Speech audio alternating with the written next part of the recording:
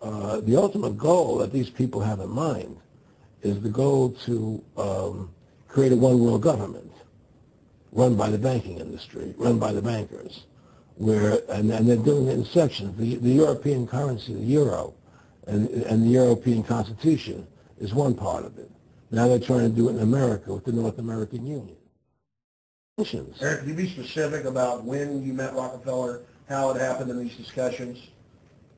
I met Rockefeller through a female attorney I knew who called me up one day and said, one of the Rockefellers would like to meet you. I made a video called Mad as Hell, and he'd seen the video and wanted to meet me and knew I was running for governor of Nevada.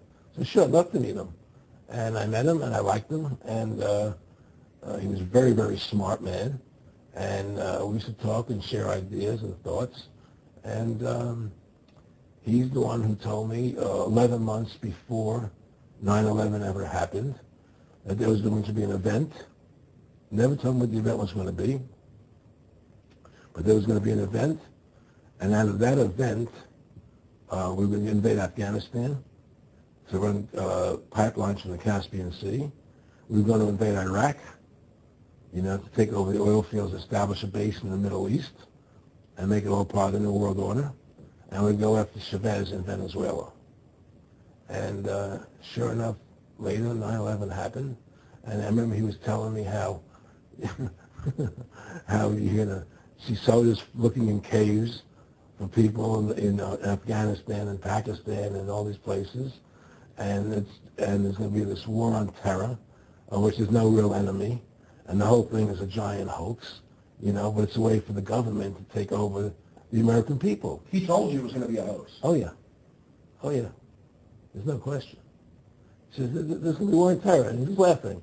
Who are we fighting? I mean, why do you think 9/11 happened and then nothing's happened since then? Do you think that our security is so great here that these people who pulled off 9/11 who were able to can't knock down another plane? Come on, it's ridiculous. Endless war on terror without any real enemy.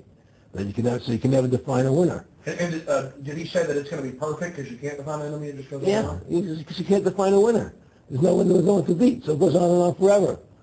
And they can do whatever they want. They scared the hell out of the American public. Look, this whole war on terror is a fraud. It's a farce. It's very difficult to say it out loud because people are intimidated against saying it. Because if you say it, they want to make you into a nutcase. But the truth has to come out. That's why I'm doing this interview.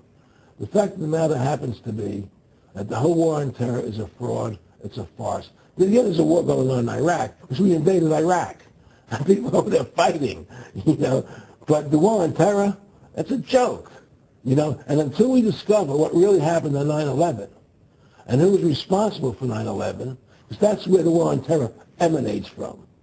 That's where it comes from. It was 9/11 that allowed this war on terror to begin. And until we get to the bottom root of 9/11, the truth of 9/11, we'll never know about the war on terror.